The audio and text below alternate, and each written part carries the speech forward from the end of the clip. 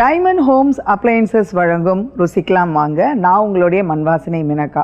இன்றைக்கி நம்ம சமைக்க போகிறது பார்த்திங்கன்னா மஞ்சள் பூசணிக்காவை வச்சு நம்ம ஒரு இடியாப்பம் பண்ண போகிறோம். தினைக்கும் வீட்டில் நம்ம வெள்ளை இடியாப்பம் பார்த்துருப்போம். இன்றைக்கி மஞ்சள் பூசணிக்காவை ஒரு இடியாப்பம் பண்ண போகிறோம்.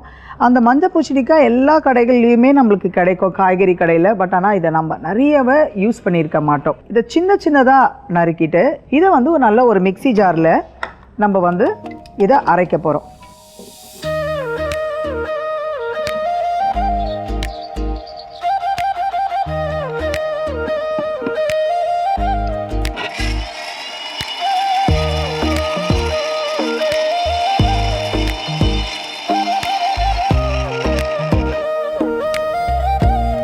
கொஞ்சமாக தேவைன்னா கொஞ்சமாக தண்ணி விட்டுக்கலாம்.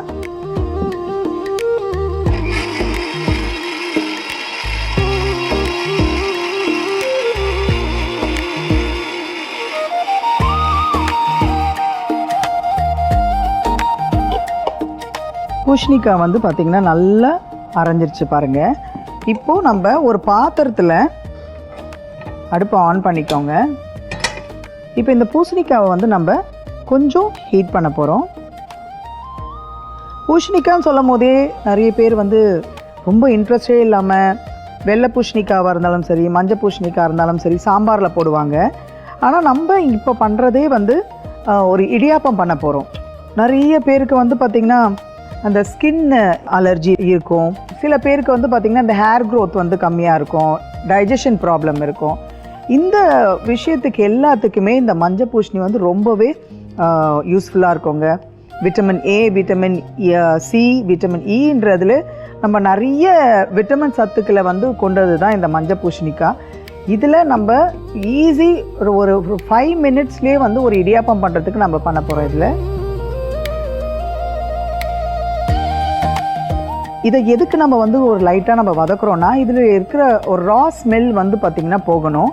அதுக்காக கொஞ்சம் நம்ம இதை நல்லா சாட் பண்ணிக்கணும். இதில் சிறிதளவு உப்பு ஒரு சிட்டிக்கை போட்டுக்கலாம்.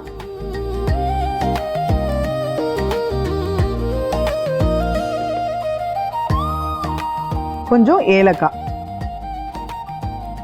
கண்டிப்பாக இதுக்கு ஒரு அரிசி போட்டு தான் நம்ம இடியாப்பம் பண்ணணும். இன்றைக்கி நம்ம சேர்க்க வேண்டிய அரிசி நம்ம பாரம்பரிய அரிசியான தூய மல்லின்ற ஒரு அரிசியை நம்ம போட போகிறோம். கேட்கும் போதே தூய மல்லின்ற ஒரு அரிசி நம்ம சொல்கிறோம் இல்லையா, இது நல்லா வெள்ளையாக இயற்கை விவசாயிகள் இந்த அரிசியை 130 முதல் 140 வரை நம்மளுக்கு பார்த்திங்கன்னா அதோடைய அறுவடை டைம் கிடைக்கும்.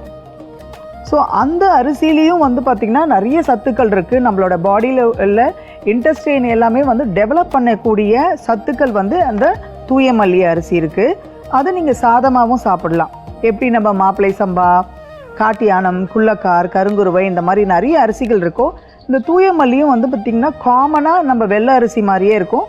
அந்த மாதிரி ஒரு வெள்ளை அரிசியை நம்ம இன்றைக்கி செய்ய போகிறோம்.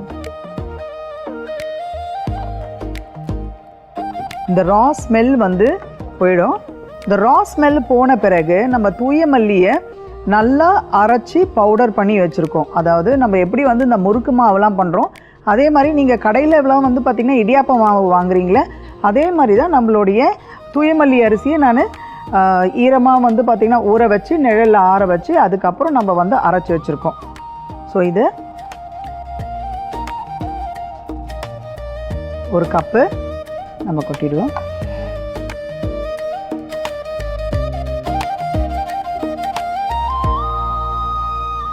ஸ்லோ ஃப்ளேமில் நீங்கள் கொஞ்சம் கொஞ்சமாக இதை பண்ணிவிட்டு, இதில் ஆல்ரெடி நம்ம ஏலக்காய், உப்பு எல்லாமே நம்ம போட்டிருக்கோம்.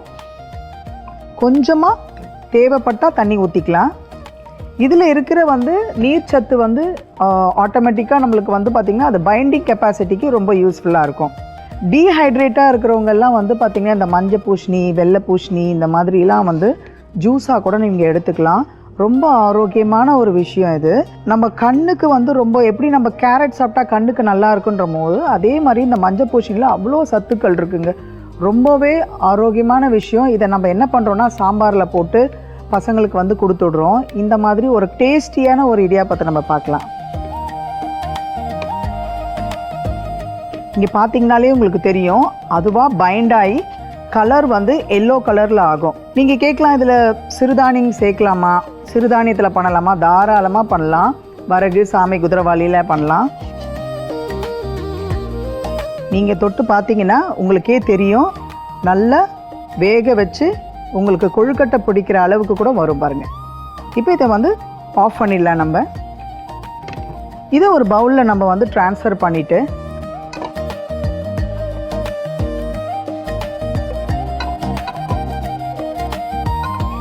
இடியாப்பம்ன்றது வந்து பார்த்திங்கன்னா ரொம்பவே ஈஸி டைஜஷனுங்க.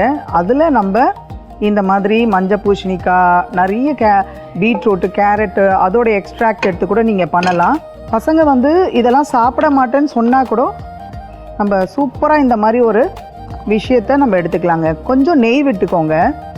ஸோ நல்ல டோ வந்து சாஃப்டாக இருக்கணும் உங்களுக்கு.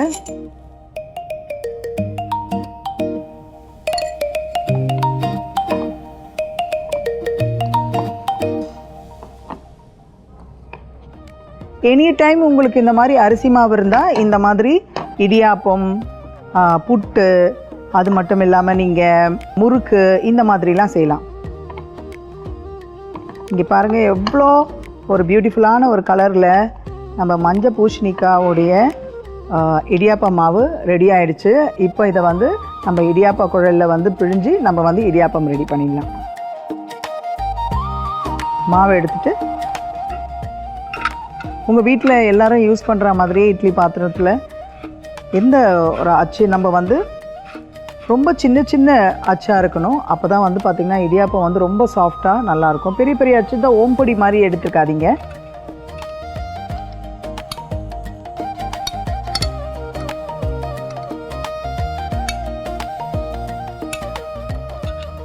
கொஞ்சம் கொஞ்சமாக சின்ன சின்ன இடியாப்பம் மெதுவாக நீங்கள் போட்டுக்கோங்க. இடியாப்ப மாவை நம்ம நல்லா புழிஞ்சிட்டோம். இப்போது இந்த இடியாப்ப தட்டில் எடுத்து வச்சுட்டு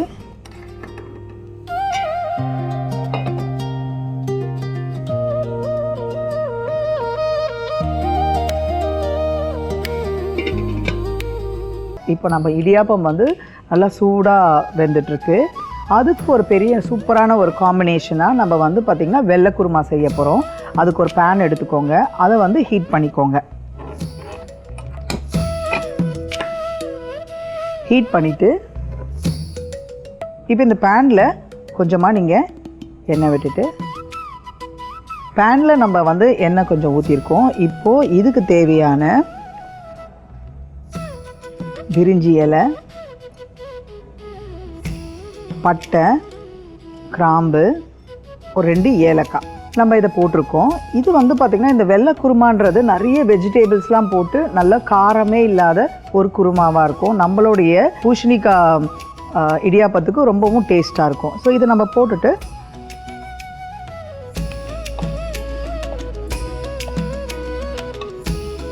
வெங்காயம், இதில் நம்ம தக்காளியே சேர்க்க போகிறது கிடையாது.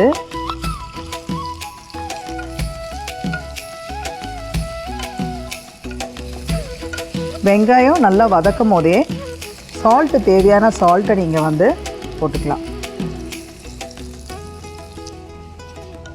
இப்போ இந்த வதக்கி இருக்கிற டைமில் ஆல்மோஸ்ட் நம்மளோட இடியாப்பம் வந்து ரெடி ஆகிடுச்சு.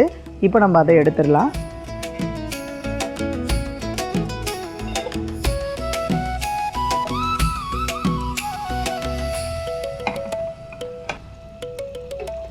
ஒரு பாத்திரமாக எடுத்துட்டு இடியாப்பம் ரொம்ப சூப்பராக வந்திருக்கு பாருங்கள். நல்ல எல்லோ கலரில் மஞ்சள் பூசணிக்காய், அதாவது பம்கின் நம்ம சொல்லுவோம், அதை நம்ம சேர்த்துருக்கோன்ட்டு எடுத்து நம்ம சர்வ் பண்ண போகிறோம்.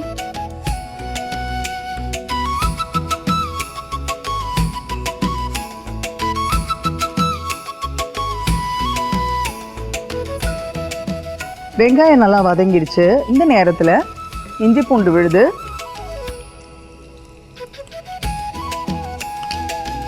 பீன்ஸ், கேரட்,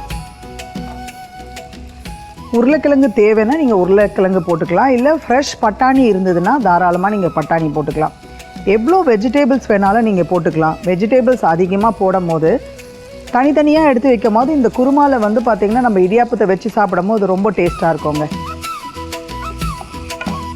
எவ்வளோ கலர்ஃபுல்லாக இருக்குது பாருங்கள். இப்போ நல்லா இதை நல்லா வதக்கணும். நீங்கள் வதக்கிட்டு இருக்க நேரத்தில் கொஞ்சமாக நம்ம புதினா இலைகளை மட்டும் தூவலாம். இது நல்லா வதக்கிட்டு இது வேகிறதுக்கு டைம் இருக்குங்க. ஒரு 5 to 10 மினிட்ஸ்க்கு நீங்கள் வந்து நல்லா வதக்கிட்டு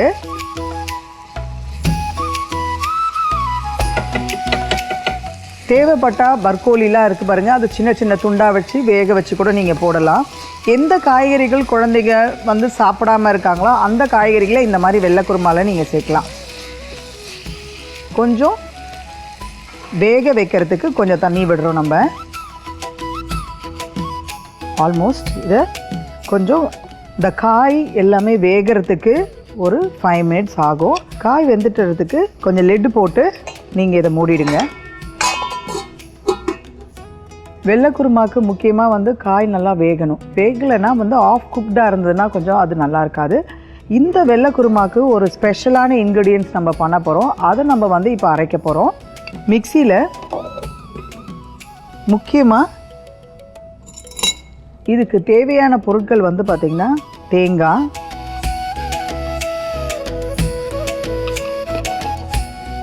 ரெண்டு பச்சை மிளகாய். காரம் அதிகமாக சாப்பிட்றதிங்கன்னா நீங்கள் ஒரு 3-4 பச்சை மிளகாய் கூட போடலாம். நல்லா க்ரீமி டேஸ்ட் வர்றதுக்காக நம்ம முந்திரி பருப்பு போடுறோம். ஒரு 6-7 முந்திரி பருப்பு போட்டுருங்க.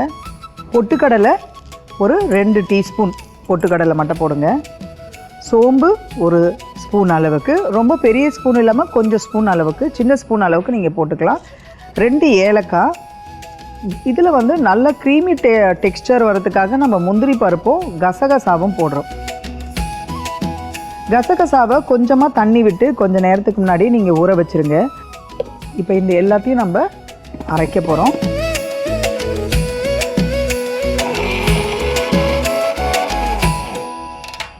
கொஞ்சமாக தண்ணி விட்டுக்கோங்க, அப்போ தான் அந்த பைண்டிங்க்கு கரெக்டாக இருக்கும். அதிகமாக தண்ணி விடாதீங்க.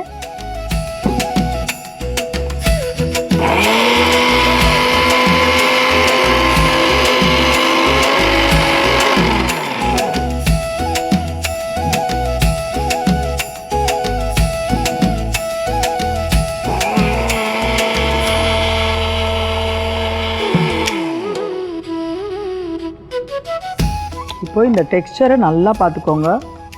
ரொம்ப திக்காகவும் நல்லா க்ரீமி கன்சிஸ்டன்ஸ் வரணும். இன்னும் கொஞ்சம் தண்ணி விட்டு இன்னும் கொஞ்சம் பேஸ்ட் பண்ணிக்கோங்க.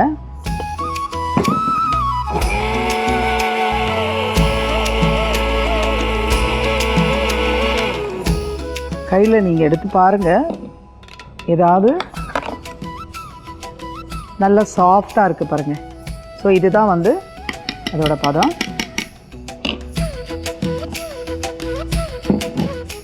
இந்த காய்கறிகள் எல்லாமே வந்து நல்லா வெந்துருச்சு.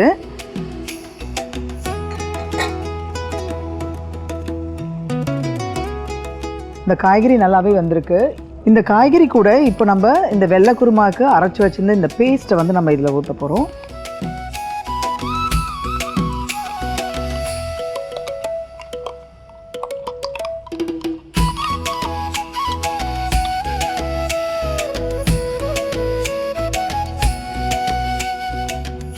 எல்லா டிஷ்ஷுக்குமே ரொம்ப அருமையாக இருக்குங்க. இந்த தேங்காய், முந்திரி, கசகசா இதெல்லாமே வந்து பார்த்திங்கன்னா அவ்வளோ சூப்பரான ஒரு வாசங்க. ஒரு நல்ல ஒரு கொதி வந்துட்ட பிறகு லெமன் ஊற்ற போகிறோம்.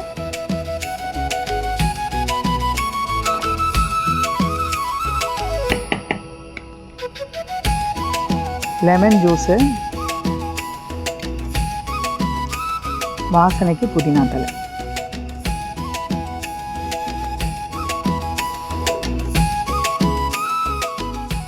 அவ்வளோதாங்க, நம்மளுடைய மஞ்சள் பூசணிக்காய் வச்சு நம்ம இடியாப்பம் பண்ணியிருக்கோம். அதுக்கு சைட் டிஷ்ஷாக நம்ம வந்து பார்த்திங்கன்னா நம்ம நிறைய காய்கறிலாம் போட்டு வெள்ளை குருமா நம்ம பண்ணியிருக்கோம். ஃபுல்லாக ரெடி ஆகிடுச்சிங்க.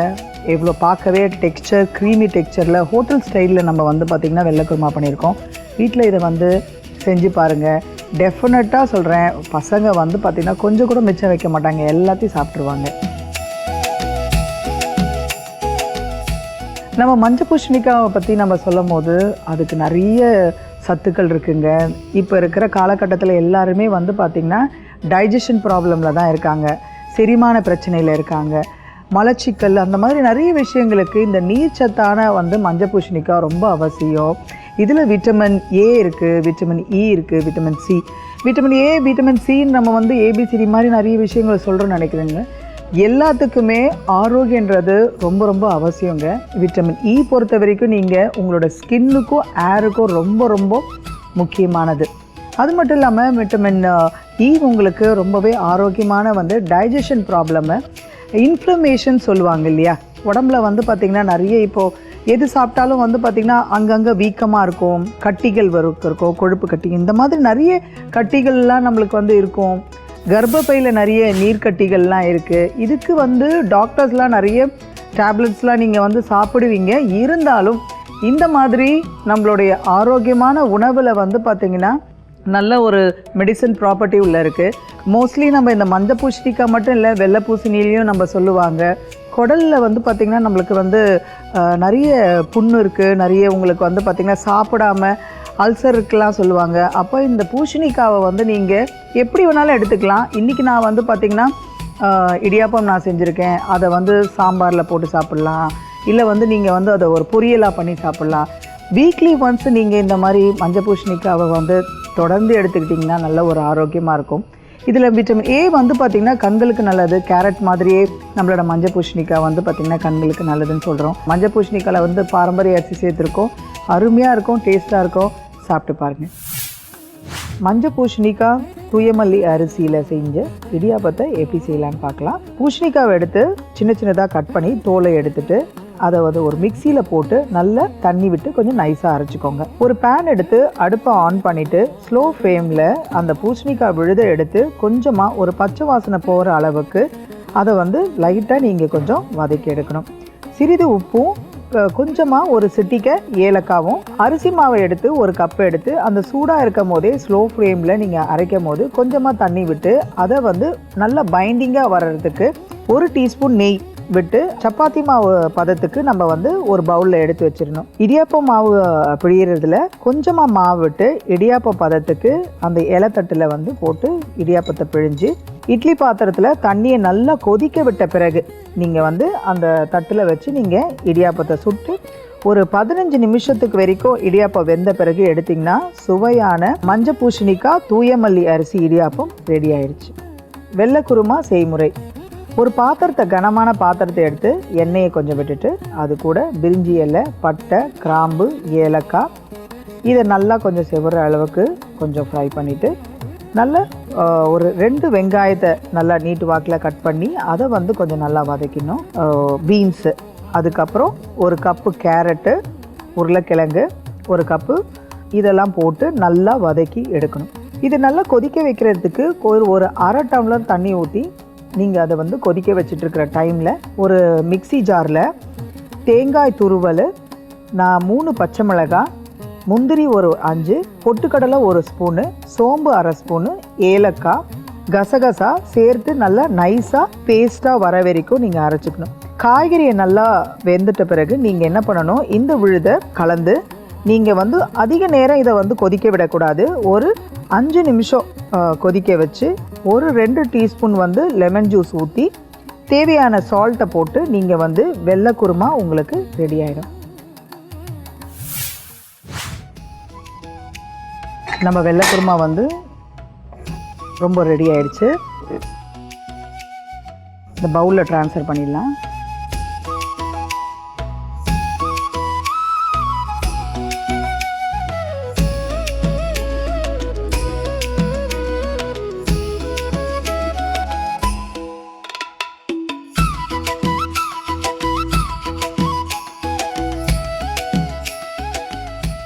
இந்த ரெசிபியை உங்கள் வீட்டில் செஞ்சு பாருங்கள். இது டைமண்ட் ஹோம் அப்ளையன்சஸ் வழங்கும் ருசிக்கலாம் வாங்க.